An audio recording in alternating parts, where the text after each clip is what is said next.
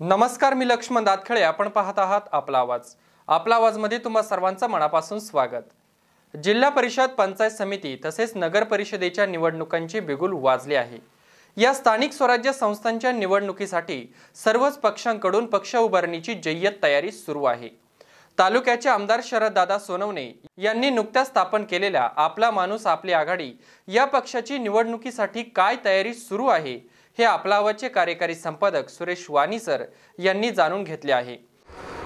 रणशिंग फुगले गेले आणि आपल्याला कल्पना आहे की डिसेंबरच्या 14 तारखेला 214 नगर परिषदेच्या निवडणुका उभ्या महाराष्ट्रामध्ये होऊ पाहत आहेत. त्यापैकी एक जुन्नरची ऐतिहासिक नगर परिषदेची निवडणूक होऊ घातलेली आहे. आत्तापर्यंत पारंपरिक पद्धतीचे राष्ट्रवादी वर्सेस शिवसेना किंवा आधीच्या काँग्रेस वर्सेस शिवसेना अशा निवडणुका होत गेल्या, परंतु उत्तर काय तर उत्तर शून्य.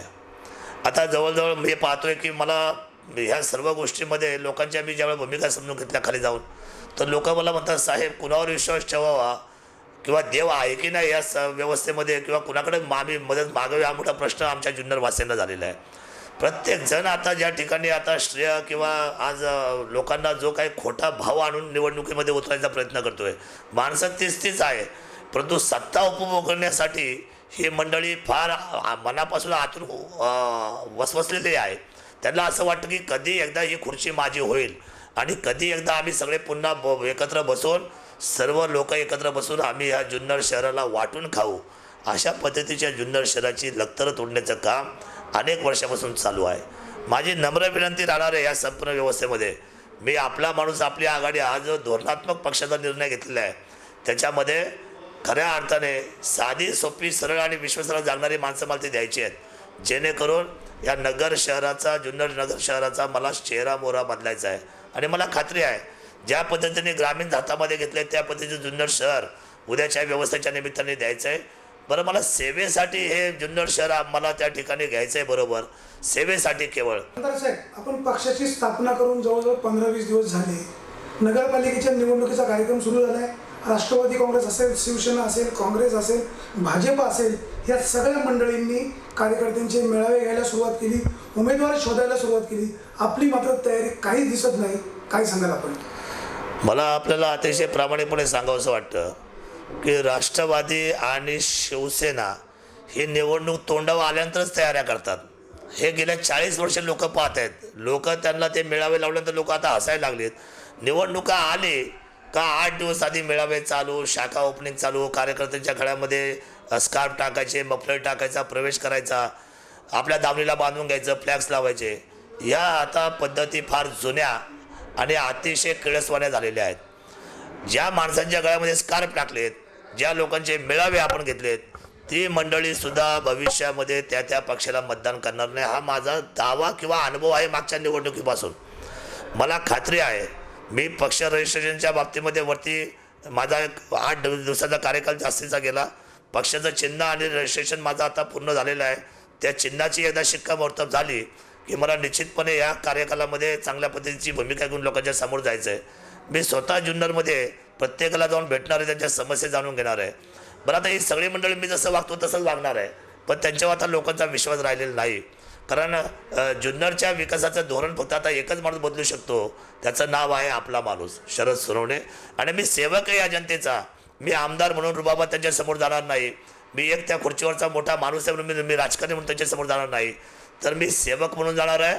कारण मला या शिवभूमीचं पावित्र्य आणि जुन्नरच्या शहराच्या बाबतीतल्या विकासाचं धोरण ठरवून जास्तीत जास्त निधी आणून या पहिल्या 5 वर्षामध्ये जुन्नर शहराला अतिशय उंचीवर घेऊन जायचं आहे. आणि नवी मुंबईसारखं शहर, ज्या शहराने कमी वेळामध्ये या आशिया खंडामध्ये प्रगती केली किंवा ज्या वेळेला पिंपरी चिंचवडने अतिशय चांगल्या पद्धतीचं काम केलं, तशा पद्धतीचा असलेला चांगला स्तर मला जुन्नर शहराचा बांधायचा आहे. कुठलाही पक्ष हे काम करत नाही, कुठलाही बाबतीतली जात ही काम करत नाही, तर कोणताही डायनॅमिक लीडर की ज्याला व्हिजन आहे, ज्याच्याकडे भ्रष्टाचार नाही किंवा ज्याला त्यामधला स्वार्थ लाटायचा नाही, असाच माणूस या जुन्नर शहराला बदलू शकतो. आणि मला असं प्रामाणिकपणे वाटतं की ती विश्वासार्हता मी जनतेमध्ये कमवलेली आहे. इथून मागच्या 10 वर्षामध्ये मी जुन्नर शहराकडे मुद्दा पण पाहिलं नाही, कारण का मी यांचा कारभार लांबून पाहत होतो, यांचे भ्रष्टाचार मी लांबून पाहत होतो, यांच्या वागण्याच्या पद्धती मी पाहत होतो. जुन्नर शहराला अक्षरशः मातीमध्ये घालायचं काम या दोन्ही राजकीय व्यवस्थेतल्या नेते मंडळींनी केलेलं आहे. आणि म्हणून उद्याची निवडणूक मी फार शॉर्टमध्ये, अतिशय कमी वेळेमध्ये, परंतु सकाळ संध्याकाळ दिवस रात्र एक करून मी या जनतेपुढे मी ती निवडणूक घेऊन जाणार आहे. मला खात्री आहे नगराध्यक्ष आणि 17च्या 17 जागा लोक निश्चितपणे मी सांगितलेल्या उमेदवाराला विश्वासाने देतील. आणि मीच शब्द देतोय आपल्या माध्यमातून, आपल्या आवाजच्या माध्यमातून, जुन्नर शहराचा जर मी चेहरा मोहरा उद्याच्या 5 वर्षामध्ये जर मी सत्ता घेतल्यानंतर नाही बदलला तर मी माझ्या राजकीय व्यवस्थेमध्ये पुन्हा जुन्नर वासियांकडे मतंसुद्धा मागायला जाणार नाही. कारण भ्रष्टाचार विरहित प्रशासन, सुंदर पद्धतीची न्यायप्रणाली, अतिशय चांगल्या पद्धतीच्या लोकांची व्यवस्था, समाजाच्या चांगल्या कामकाजाचे हिताचे निर्णय, मग ड्रेनेज असेल, गटर व्यवस्था असेल, पिण्याचं पाणी असेल, लाईट असेल, स्वच्छता असेल, हा सर्व कारभार मला अतिशय चांगल्या पद्धतीनं साकारायचा आहे. त्यांची तयारी ही बोगस तयारी आहे, यांची तयारी ही दिखाव्याची तयारी आहे, यांची तयारी ही स्वतःच्या स्वार्थाची तयारी आहे. माझी तयारी ही अतिशय प्रामाणिकपणेची तयारी आहे. निश्चितपणे मी संपूर्ण माझ्या मायबाप जनतेचं दर्शन घेण्यासाठी स्वतः उद्यापासून प्रत्येकाच्या घरामध्ये जाणार आहे. आणि मला खात्री आहे की एक संधी, कारण अनेक वर्षाच्या संध्या देऊन पाहिल्यात, राष्ट्रवादीला संध्या देऊन पाहिल्यात, मग कोणी पवार साहेबांच्या नावाने मतं मागायचं आणि खाली तिथं जो काय कारभार करायचा तो चोरीचा कारभार करायचा. पाईपलाईनमध्ये एवढा घोटाळा केला आहे, भ्रष्टाचार केलेत, पिण्याच्या पाण्याच्या बाबतीत एवढे घोटाळे भ्रष्टाचार केलेत, रस्त्याच्या बाबतीत एवढे भ्रष्टाचार केलेत. जुन्नर नगरपालिकेचे सर्वच राजकीय पक्ष निवडणूक लढवणार आहेत. आपण मनसेचे आमदार आहात, आपण नवीन पक्ष स्थापन केला आहे. या पक्षाच्या माध्यमातून आपण या निवडणुकीला सामोरे जाणार आहात. मात्र मनसे पक्षही या निवडणुकीमध्ये आपले उमेदवार उभे करणार आहेत. कसं पाहता याकडे? माझं असं म्हणणं आहे की मी या तालुक्याला पक्ष आणि जातीच्या पलीकडे पाहत आहे. राजकीय व्यवस्थेमध्ये काम करत असताना मी पाहिलं आहे की माझ्या मनसेच्या पक्षाची बांधणी ग्रामीणमध्ये बिलकुलही नाही. अशा वेळेला त्या चिन्हावर उमेदवार उभा करून मला त्या ठिकाणी लोकांची दिशाभूल करायची नाही. मी हे गाऱ्हाणं पक्षाच्या प्रवक्त्यांना सांगितलं, हे गाऱ्हाणं राजसाहेबांपर्यंत पोहोचवलं आहे. साहेबांना मी सांगून या ठिकाणी निवडणुकीची सूत्र अतिशय राजकीय विरहित केलेली आहे. कारण मला माहीत आहे की राजकीय ज्यावेळेला बांधणी नसते, ज्यावेळेला संघटनात्मक बांधणी नसते, त्यावेळेला लढाई लढणं अतिशय अवघड असतं. आणि म्हणून ही निवडणूक मी जनहिताच्या दृष्टीने उद्याच्या जुन्नरच्या नेतृत्वा निमित्ताने त्या ठिकाणी पक्ष विरहित ही निवडणूक लढणार आहे. पण ज्या वेळेला मनसे पक्षाची काही लोक म्हणत असतील माझ्या पक्षातली की आम्हालासुद्धा त्या ठिकाणी निवडणूक लढवायची आहे, तर हा अंतिम निर्णय पक्षप्रमुखाचा असेल. राजसाहेबांनी जर त्यांना परवानगी दिली तर त्यांचंसुद्धा स्वागत आहे. त्यांनीसुद्धा तयारी करून रिंगणामध्ये उतरावं. कारण मी जनहिताची मशाल हातामध्ये घेऊन पारदर्शक कारभारासाठी बाहेर पडलेलो आहे. जो काय कौल माझी जनता देईल ते कौल मला मान्य राहणार आहे. पण माझी खात्री आहे की 100% सर्व पक्ष जे लढणार आहेत, मग त्याच्यामध्ये राष्ट्रवादी असेल, त्याच्यामध्ये शिवसेना असेल, त्याच्यामध्ये काँग्रेस असेल, त्याच्यामध्ये भाजप असेल, त्याच्यामध्ये मनसे असेल, या सर्वांना मात्र जनमत चाचणीला सामोरं जावं लागणार आहे. आणि या सगळ्यांमध्ये माझा आपला माणूस आपली आघाडी ही उजवी ठरणार आहे. म्हणून मला त्याची भय नाही, त्याचं चिंता नाही. आणि म्हणून निश्चितपणे माझ्या मातीत माझ्या माणसांपेक्षा, माझ्या शिवभूमीपेक्षा इथं कुठलाही पक्ष आणि कुठली जात मोठी नाही, हे मला अतिशय प्रामाणिकपणे सांगायचं आहे. याचप्रमाणे जुन्नर नगर परिषदेच्या पाणी पुरवठा योजनेचा प्रश्न किंवा तालुक्यातील नद्यांचा प्रलंबित पुलांचा प्रश्न कसा मार्गी लावलाय याबाबत आमदार शरददादा सोनवणे यांची काय प्रतिक्रिया आहे पाहूयात. पाणी पुरवठा करणाऱ्या योजनेमध्ये 1 कोटी रुपयाचा भ्रष्टाचार झाला, तो एका नेत्याला 1 कोटी रुपये दिले असा सनसनाटी आपण आरोप केला होता. मात्र पुढे याबाबतची काही चौकशी झाली नाही. आपण साहेब काय सांगाल? 100% या तालुक्यातल्या असलेल्या भ्रष्टाचाराच्या चौकशीची जबाबदारी या तालुक्याचा सेवक म्हणून माझी आहे. ज्या ज्या असलेल्या अधिकाऱ्यांनी, मागच्या इथून मागच्या असलेल्या नेत्यांनी किंवा ज्या सिस्टीमने ज्यांनी हा भ्रष्टाचार एकत्र मिळून केलेला आहे किंवा कॉन्ट्रॅक्टरने, त्या एकाही माणसाला मी त्या ठिकाणी जनतेचा असलेला फार मोठा विश्वास केला म्हणून मी त्या ठिकाणी क्षमा करणार नाही. राजरोसपणे चोऱ्या करून लोक पुन्हा एकदा मतं मागायला लोकांच्या समोर जातात, ही मात्र दुर्दैवाची बाब आहे. मी निश्चितपणे याची चौकशी, त्याच्या विरुद्ध मी फार मोठ्या पद्धतीचा त्या ठिकाणी कालावधी 0 लागेल. कारण मी आता तयारी करतो निवडणुकीची. आता एका बाजूने ती प्रणाली राबवायची तर वेळ माझा वाया जाणार. उद्याच्या निवडणुकीनंतर सगळ्यात पहिल्यांदा काय होणार तर ह्या जुन्नर शहराचं ऑडिट होणार. ह्या जुन्नर शहराच्या कारभारामध्ये मागच्या 5 वर्षामध्ये ज्या ज्या लोकांनी वेगवेगळ्या पद्धतीचा भ्रष्टाचार केला त्या सर्व लोकांवर निश्चितपणे कारवाई करण्यासाठी अतिशय अजेंड्याचं पाऊल त्या ठिकाणी उचललं जाणार आणि या सर्व कारभाराची मी चौकशी लावणार. आमदार साहेब, जुन्नर तालुक्यातील बऱ्याच ठिकाणच्या नदीवरच्या पुलांची मंजुरी होणं बाकी होतं. आता मंजुरी मिळेल, नंतर मंजुरी मिळेल. आपण काही दिवसापूर्वी सांगितलं होतं की जुन्नर तालुक्यातील खोडद येथील, पिंपळगाव येथील मीना नदीवर, त्याचबरोबर शिरोली येथील पुलाच्या कामाला मंजुरी मिळण्यासाठी मी मुख्यमंत्र्यांकडे पाठपुरावा केलेला आहे. साहेब, काय सांगाल, मंजुरी कुठपर्यंत आलेली आहे? मला अतिशय आनंदाने सांगावं लागेल की नाबार्डच्या माध्यमातून 3.5 कोटी रुपयाचा खोडद मांजरवाडी जाधववाडी हा पूल आपण मंजूर करून घेतलेला आहे. त्याचप्रमाणे दुसरा जो पूल आहे, अनेक वर्षाची मागणी होती लोकांची की सावरगावच्या रस्त्याला जोड रस्ता असावा, मीना नदीच्या पात्रामधून लोकांना जायची अडचण आहे. तर ते पिंपळगाव आर्वी आणि पलीकडे वाणीमाळा हा सुद्धा तो जो ब्रिज आहे, तो जो पूल आहे, तो 3.5 कोटीचा मंजूर करून घेतलेला आहे. त्याचप्रमाणे शिरोली बुद्रुक आणि शिरोली खुर्द म्हणजे तेजेवाडीच्या जवळपासचा हा तिन्ही गावांना समन्वय करणारा जो ब्रिटिश कॉलनी ब्रिज आहे आणि जिथे आपण पाहतो की ऊसाची वर्दळ होत असताना अनेक बैलगाड्यांना किंवा अनेक मजुरांना त्या ठिकाणी त्रास होतो, वाहतुकीला वर्दळ त्रास होतो. असे दोन्ही शिरोलीला जोडणारा भरभक्कम 3.5 कोटीचा तोही ब्रिज, असे जवळजवळ 10.5 कोटीचे ब्रिज आताच्या नाबार्डमध्ये त्या ठिकाणी मंजूर केलेत. मुख्यमंत्री सडक योजनेतून जवळजवळ आपल्याकडे आजच्या मितीला ओतूरला जवळजवळ 5 कोटीचं, आता खोडदला उद्घाटन केलं ते 3 कोटीचं, 5 आणि 3 8 कोटीचे रस्ते चालू आहेत. त्यानंतर मागच्या शिवनेरी विकासचे 21.5 कोटीचे रस्ते आता नारळ फोडले, त्याची कामं चालू झालेली आहेत. आंबेगावांच्या रस्त्याचं पुलाचं काम त्या ठिकाणी चालू झालेलं आहे. त्याप्रमाणे आपल्याला मी सांगेल प्रामाणिकपणे की जो पूल मागच्या वेळेला बोरी साळवाडीचा त्या ठिकाणी ढासळला गेला, त्याचेसुद्धा आपण एस्टिमेट मंजूर करून 2.25 कोटीची निविदा मंजूर होऊन त्या ठिकाणी ऑनलाईन झालेलं आहे. त्याचे काम आता पुढच्या आठवड्यापासून चालू होतं आहे आणि तो पूल डिसेंबर एंडपर्यंत पूर्ण होईल. जानेवारीपासून पुन्हा एकदा बोरी साळवाडी बेल्ला हा मार्ग चालू होईल. त्याचप्रमाणे डिंगोरचा आंबलेश्वरचा पूल त्या ठिकाणी आपण मंजुरीला घेतला, तो मंजूर झालेला आहे. त्याचप्रमाणे चिलेवाडी पाचगडचा पूल आपण अनेक वर्षाचा स्वतंत्र उत्तर काळापासून लोकांना आजपर्यंत कधी त्याची भूमिका किंवा तो पूल पाहायला मिळाला नाही. अशा पद्धतीचं सुद्धा त्या ठिकाणी चिलेवाडी पाचगडच्या सुद्धा पुलाला मंजुरी मिळालेली आहे. तिथे सुद्धा 1.5 कोटीचा फंड पडलेला आहे. तालुक्याचे रस्ते बदलत आहेत, बरेच सारे रस्ते आपण घेतलेले आहेत. विशेष म्हणजे मला महत्त्वाचं सांगावं लागेल की मी मुख्यमंत्री साहेबांना सांगितलं आहे की शिवभूमी आहे, जुन्नर जिथून चालू होतो आहे तो लोकांच्या लक्षात येत नाही. तर स्वागत कमानीसाठी मोठे महाद्वार व्हायला पाहिजे. अडीच कोटीचा एक महाद्वार आणि त्याच्यावर छत्रपती शिवरायांचा असलेला अर्ध पुतळा असलेला त्यांचं ते शिल्प म्हणजे त्यांचा पुतळा, अशा पद्धतीच्या 4ही असलेले महाद्वार, मग नगर कल्याण असेल किंवा कल्याण असलेला आपला माळशेज घाट असेल, संगमनेर नाशिक मार्गे येणारा आपला आळेफाट्याचा आळेखंड असेल किंवा आंबेगाव तालुक्याकडून म्हणजे पुन्हा आंबेगाव मार्गे येणारा आपला कळमचा पुढचा तो ठिकाणचा महामार्ग 50 असेल किंवा नगरहून येणारा आपला आणे प्रेमदरा त्या ठिकाणचा महामार्ग असेल. या 4ही महामार्गावर 4 महाद्वार घेण्याच्या संदर्भातल्या त्या ठिकाणच्या आपण निविदा स्तरावर त्या ठिकाणी भूमिका ठेवल्या. मुख्यमंत्र्यांना हा विषय अतिशय आवडला की शिवभूमीच्या स्वागतासाठी अतिशय चांगले महाद्वार असणं गरजेचं आहे. निश्चितपणे मी त्याची घोषणा उद्याच्या 19 फेब्रुवारीपर्यंत करणार आहे आणि ते 4 महाद्वार की जेणेकरून येणाऱ्या प्रत्येकाला ही शिवभूमीमध्ये येण्याचं स्वागत अतिशय उत्तम पद्धतीचं असेल. वैभव संपन्न जुन्नरचं दर्शन घेण्यासाठी सर्व महाराष्ट्र आणि जगभरातील लोक त्या ठिकाणी येत असताना मी या तालुक्याचा एक सेवक म्हणून मला अतिशय आनंद होणार आहे.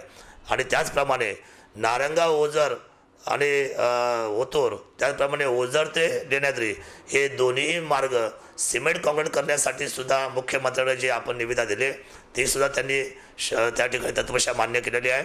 मला खात्री आहे की हे 2 महामार्ग, हे 2 रस्ते म्हणजे जे देवस्थानांना जोडणारे आहेत ते रस्ते सिमेंट कॉन्क्रीट आणि हे 4 महाद्वार झाल्यानंतर तालुका बऱ्यापैकी त्या ठिकाणी उंचावलेला असेल. रस्त्याची कामं होत आहेत, मोठमोठे रस्ते आपण घेतलेत. आता पावसाळ्यानंतर बऱ्याच लोकांच्या अडचणी होत्या, मी मीडिया आपल्या माध्यमातून ऐकल्यात, बऱ्याचशा मुलाखती, अनेक लोकांच्या तक्रारी होत्या की त्या ठिकाणी रस्त्यांचे खड्डे पडलेले आहेत, जुने खड्डे आहेत, जुने रस्ते आहेत, पण त्याच्यावर डागडुजी व्हायला पाहिजे. मी विनम्रपणे सांगू शकतो माझंही फार बारकाईने लक्ष आहे तालुक्यावर. जोपर्यंत पाऊस थांबत नाही तोपर्यंत डांबरी खड्डे करणं अतिशय अवघड होतं. पण आता आपण कुठेही राऊंड मारा, 8 युनिट चालू आहे. तालुक्यातल्या सगळ्या ठिकाणच्या खड्ड्यांची आता आणि दुरुस्तीची जबाबदारी स्वीकारलेली आहे. मी PWDला आदेश केलेला आहे. अतिशय उत्तम पद्धतीचे दर्जेदार पद्धतीचे रस्ते त्या ठिकाणी आपण बनणार आहे आणि मला खात्री आहे की हा तालुका जो खड्डायुक्त आहे तो खड्डा मुक्त होऊन जाईल. मला आपली सुद्धा अपेक्षा आहे, आपल्या माध्यमातून आपण मला वेळोवेळी फोन करून आपला आवाज सांगावं की इथे कुठल्या रस्त्याची अडचण आहे. मला मध्यंतरी पिंपळगाव सिद्धराच्या त्या सरपंच ताईंचा फोन आला होता की गणेश खंडेकडे जाणारा रस्ता अतिशय खराब झालेला आहे. मी त्या रस्त्याचे आदेश दिलेले आहेत. तालुक्यातले सगळे रस्ते होत आहेत. मग बेज वाटेचे होतील 14 नंबरचे कारखान्याकडे जाणारा जो रस्ता आहे तो अतिशय वाईट झालेला आहे. जुन्नरकडे जाणारा रस्ता अतिशय वाईट झालेला आहे. आमचा चांबूदपासून तर चांबूद फाट्यापासून बोरेपासून तो सरळ जाणारा निमगाव सावा कावळपिंपरीचा रस्ता अतिशय खराब झालेला आहे. हे सगळे रस्ते तात्काळ ओझर ओतूर येणारे जे सगळे रस्ते, बनकर फाट्यावरचे रस्ते, सावरगावचा रस्ता, एनेडचा रस्ता, हे सगळे रस्ते 100% विशेष म्हणजे मांजरवाडीकडे जाणारा रस्ता सुद्धा अतिशय खराब झालेला आहे. हे सगळे रस्ते मी स्वतः चेकआउट केलेले आहेत. पुढच्या 15 दिवसामध्ये गोड बातमी म्हणजे दिवाळीच्या आधी आपले सगळे रस्ते दळणवळणासाठी भाऊबीजेच्या निमित्ताने माझ्या बहिणीला येणाऱ्या प्रत्येक भावाला हे रस्ते सुसज्ज अवस्थेमध्ये करून द्यायची तालुक्याचा आमदार म्हणून मी जबाबदारी स्वीकारलेली आहे. निश्चितपणे त्याच्यामध्ये जर कोणाची अडचण असेल त्यांनी माझ्याशी थेट संपर्क साधावा किंवा आपल्या आवाचे जे चॅनल आहे त्यांच्या असलेले आमचे सहकारी अतुल आणि सुरेशराव यांच्याकडे त्यांनी त्या ठिकाणी सांगावं. मला खात्री आहे की कुणाचाही अनावधानाने मी त्या ठिकाणी कुठले काम मी टाळणार नाही. अतिशय प्रामाणिकपणे ते काम पूर्ण करून घ्यायची जबाबदारी मी स्वीकारलेली आहे. कारण पाऊस आता थांबला आहे, खड्डा मुक्त तालुका होऊन जाईल. दुसरी गोष्ट की बिबट्याचे हल्ले होत आहेत. ज्या मध्यंतरी जे आपले DFO होते धोकटे साहेब, त्यांची रिटायरमेंट झाल्यानंतर जी ती मॅडम आली ते मॅडम खरं तर आता काही तिच्या वैयक्तिक कारणामुळं ती अजूनपर्यंत ती कामावर व्यवस्थितपणे रुजू राहिलेली नाही. मी कालच सुधीर मुंगटेवार साहेबांची भेट घेतली, त्यांना पत्र दिलं आणि अतिशय कार्यक्षम अशा पद्धतीचा DFO मला इथं तुम्ही द्यावा अशा पद्धतीची भूमिका त्यांच्याकडे घेतली. त्यांनी सुद्धा ती मान्य केली.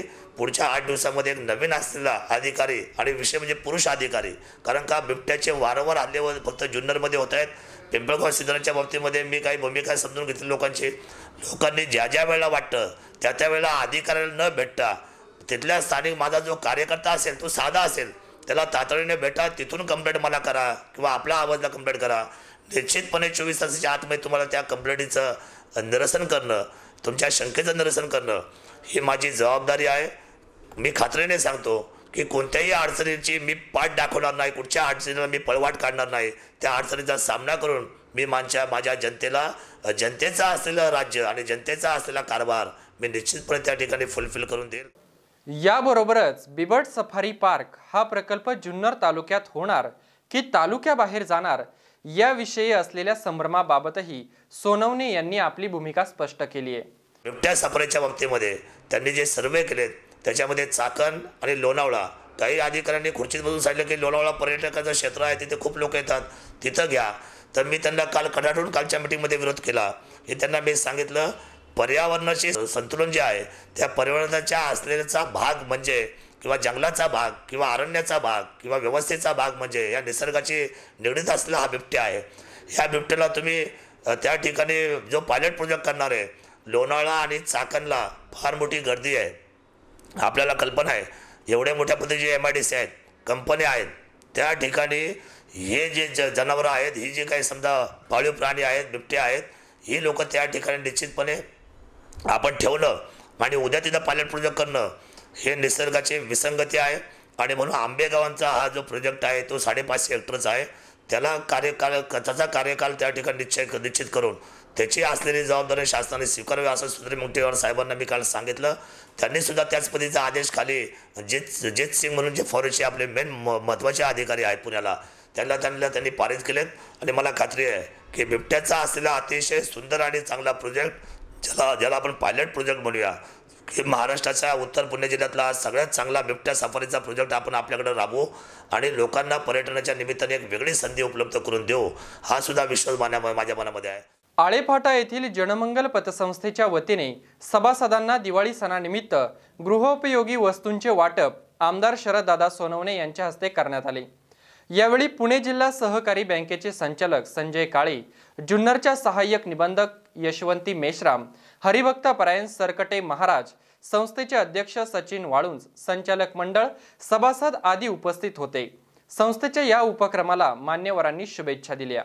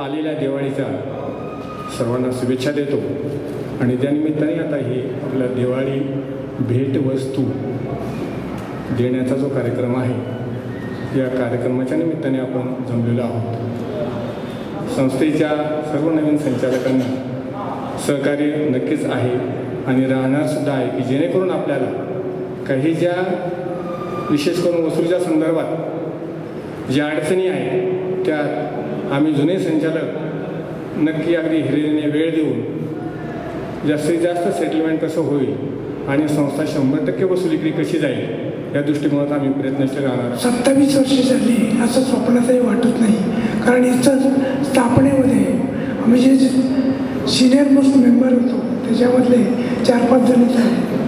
ही संस्था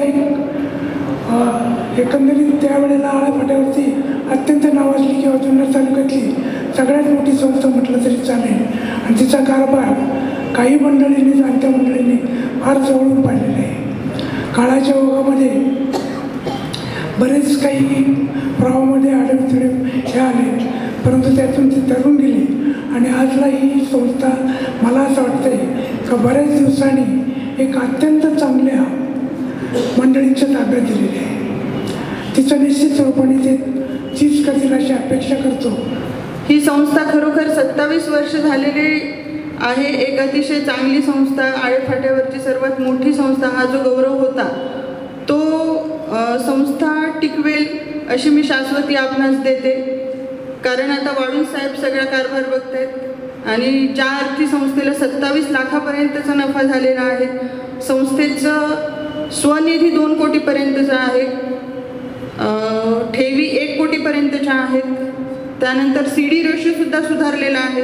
त्यामुळे निश्चितच संस्था 27 वर्षापूर्वी जो संस्थेचं नाव होतं की आळेफाट्यावरची सर्वात मोठी संस्था, तर ह्याच पद्धतीनं ही संस्था निश्चितच प्रगती करेल आणि संस्थेचा चांगला विकास होईल, जेणेकरून आमच्या ऑफिसकडूनही काही संस्थेला वेळोवेळी मदत लागत असेल तर ते सुद्धा आम्ही करू, त्याबद्दल निश्चिंत राहावं। संस्थेने फार मोठ्या प्रमाणावर या ठिकाणी चांगला कारभार करून सर्वांना कर्ज उपलब्ध करून दिलेले आहे। सोने तारण कर्ज असेल, विविध सुविधा असेल, अतिशय चांगल्या प्रकारे संस्थेचा कारभार सुरू आहे आणि त्यामुळेच आज आपण भेटवस्तू घेण्यासाठी या ठिकाणी जमलेलो आहोत। तसे पाहिले तर जुन्नरमध्ये खरोखर पतसंस्थांचे जाळे हे अतिशय वाखाणण्याजोगे आहे आणि त्यासाठी माननीय सहकार महर्षी शिवाजीराव काळे जे की संजय काळे साहेबांचे पिताश्री आहेत त्यांचा मोलाचा सहभाग आहे। त्यानंतर आत्ता जे आपले माननीय आमदार आहेत त्यांनी देखील अतिशय चांगल्या प्रकारे सर्वांना मदत करून सहकाराचे जाळे हे अतिशय व्यापक करण्यासाठी सर्वांनी या ठिकाणी मदतच केलेली आहे। सर्वांच्या सुखदुःखात सहभागी होऊन एक सामाजिक बांधिलकी त्यांनी या ठिकाणी पाळलेली आहे आणि असं नेतृत्व जर आपल्या या जुन्नर तालुक्याला लाभलं तर निश्चितच शिवाजी महाराजांचा हा जो तालुका आहे की त्यांच्या पदपावन स्पर्शाने पुनीत झालेला लेनेंद्रिय आणि ओझर अशा या मंगलमय वातावरणात हा विकसित झालेला तालुका आहे।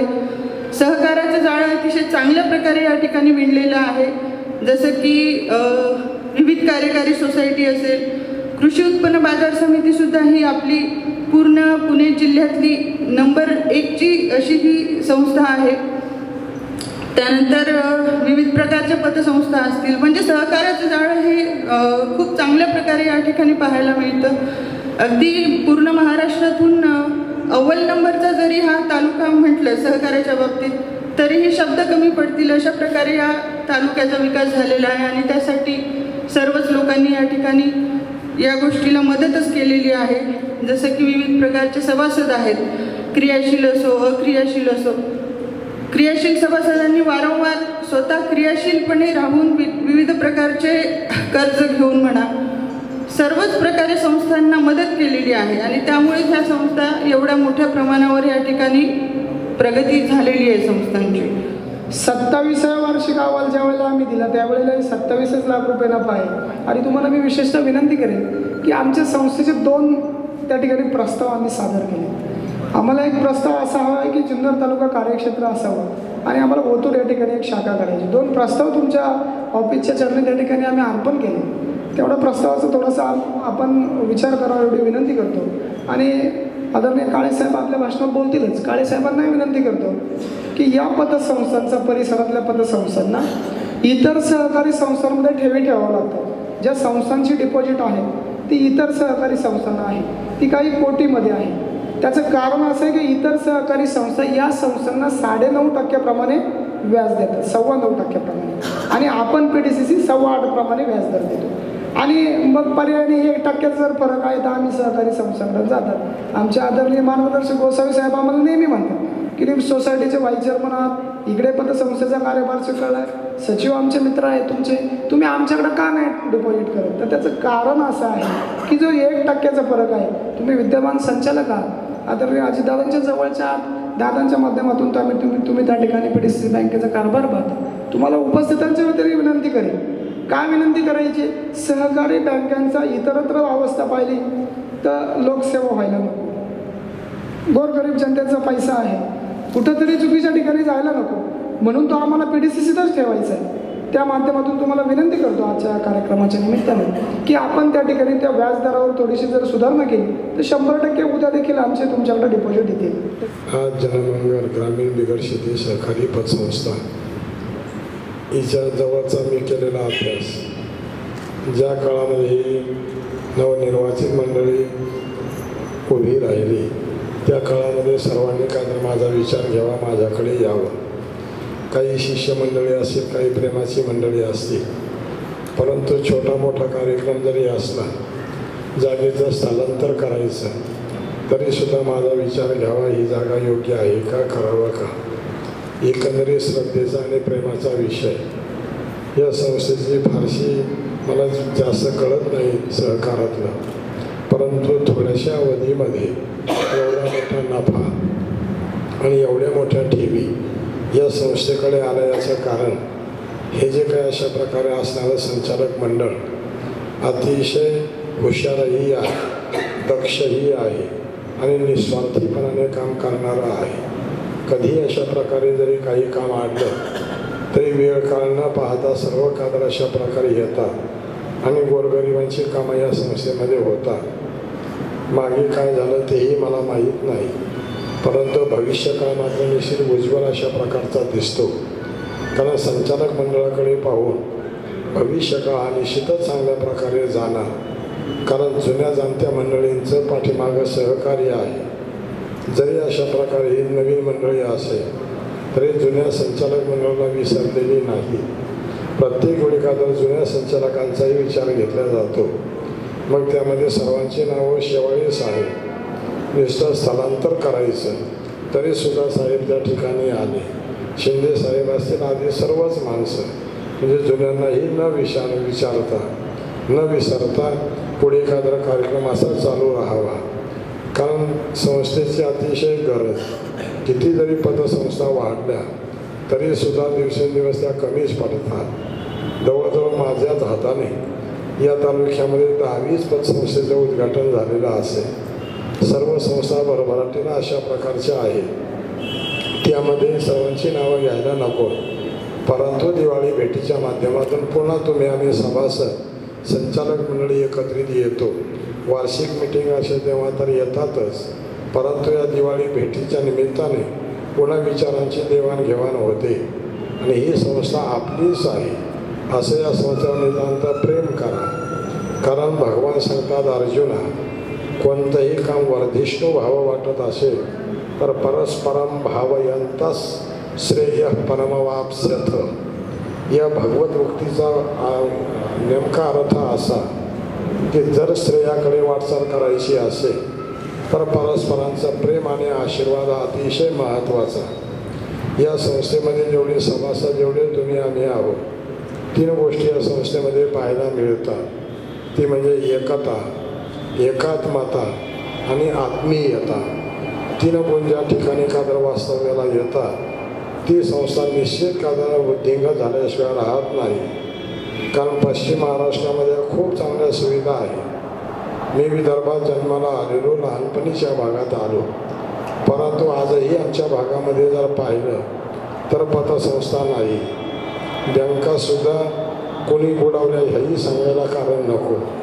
परंतु शेतकरी वर्ग जो काही आत्महत्या करतो, काही जुन्या चाली रूढी, अनेक आजही सुद्धा इतकी हुंडा पद्धत वाईट अशा प्रकारची आहे. ह्या अनेक गोष्टीला कंटाळून पतसंस्था किंवा कर्ज वगैरे नसल्यामुळं एखाद्या बँकेकडे कर्ज काढायला जर गेलं तर जवळजवळ 10,000 असेल तर 4-5 हजार रुपये मध्येच खातं दिल्याशिवाय कर्ज खातं मंजूर होत नाही. अशा अनिष्ट प्रथा खातं त्या भागामध्ये आहे. त्यामुळे शेतकरी वर्ग सुधारू शकत नाही. आज पश्चिम महाराष्ट्र बुद्धिवंत आहे. सर्व काही चांगल्या गोष्टी असल्यामुळं सर्व लोक सुखी पाहायला मिळतात. याला एकमेव कारण या पतसंस्था सहकार क्षेत्र हे अतिशय महत्त्वाचं. जाताचेही महापुढारी आहे. मागचे सुद्धा यशवंतराव सारखी माणसं, किंबहुना शरदरावांसारखी माणसं यांनी एकत्र हे सर्व लोकांना बाळकडू द्यावं आणि त्यामुळं पश्चिम महाराष्ट्र सुजलाम सुफलाम अशा प्रकारचा व्हावा.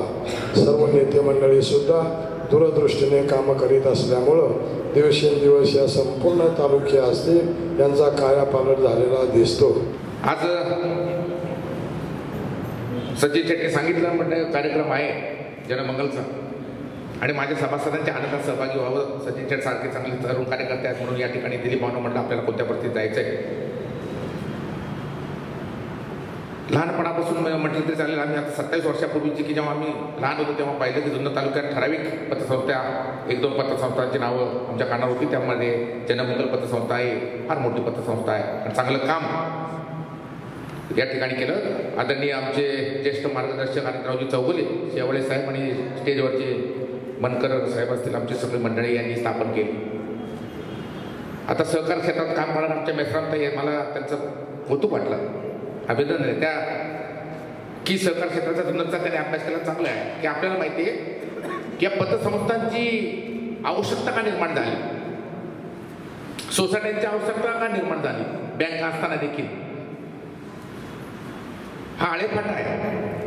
आणि आपला शेतकरी 27 वर्षापूर्वीचा विचार करा, 25 वर्षापूर्वीचा पाणी नव्हतं, आजही काही भागात नाही. आणि माझा शेतकरी त्या कर्जात बुडायचा. एखादं पीक गेलं की त्याला पुढचे कर्जासाठी, पिकासाठी, खतासाठी, औषधासाठी पैशाची गरज भासायची, मुलीच्या लग्नाला पैशाची गरज भासायची, व्यवसायाला कर्जाची पैशाची गरज भासायची. आणि नॅशनलाइज बँका ज्या आहेत त्यांची कागदपत्राची पूर्तता आजही ती इतकी किटकटीची आहे. प्रोसेस फी, चार्जेस इतर आहेत की ते माझ्या सर्वसामान्य माणसाला ते कर्ज मिळत नाही. वेळेला जेव्हा आवश्यकता असते तेव्हा मिळत नाही, कर्जाचा व्याजदर असेल. आणि मग माझा शेतकरी जो आहे मग तो सावकारकीचा असेल त्याला 5%, 10% असे पैसे उचलायचा आणि त्या कर्जाच्या व्याजाच्या चक्रात तो जायचा.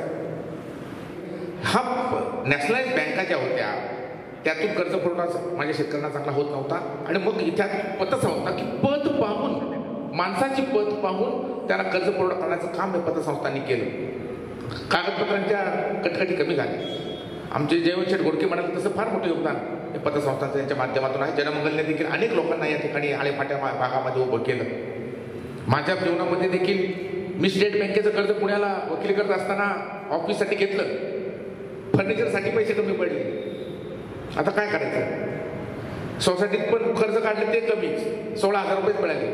त्याच्यात कसं करायचं ते हे म्हणते तसं त्याच्यावर इतके कर्ज वगैरे दर फार कमी.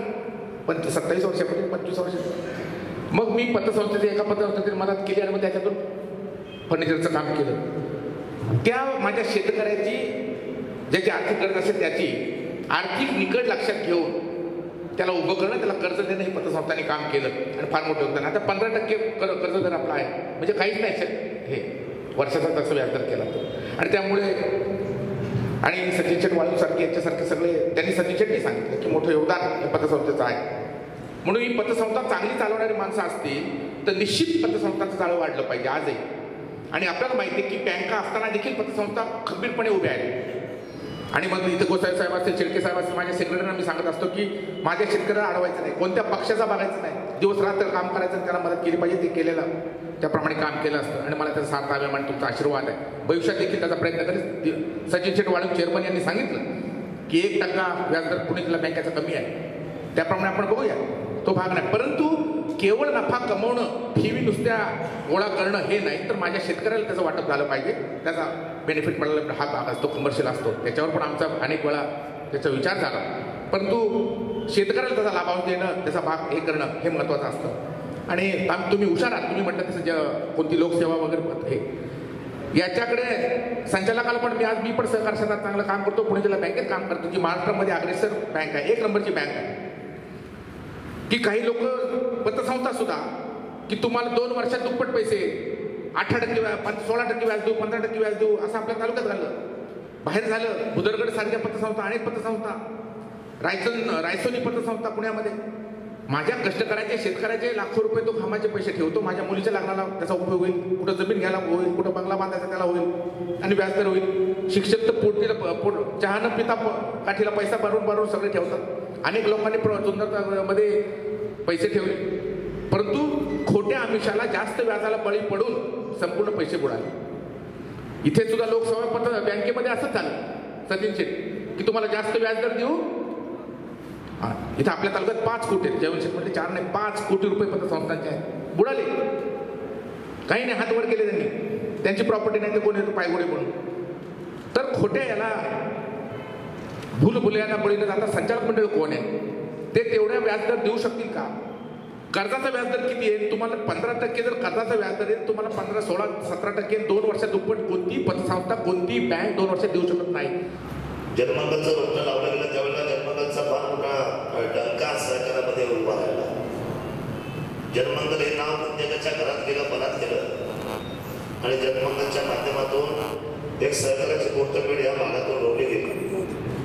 ही गोष्ट खरी की जेवढ्या झपाट्यामध्ये संस्था त्यावेळेला लोकल पद्धतीने तेवढ्या झपाट्याची संस्था खाली, आणि त्याचं एकमेव कारण म्हणजे की व्यवस्थेमधला असलेला जो मंदगतीचा प्रवास होता, त्या प्रवासामध्ये अनेक लोकांना त्या सगळ्या गोष्टी सोसाव्या लागल्या.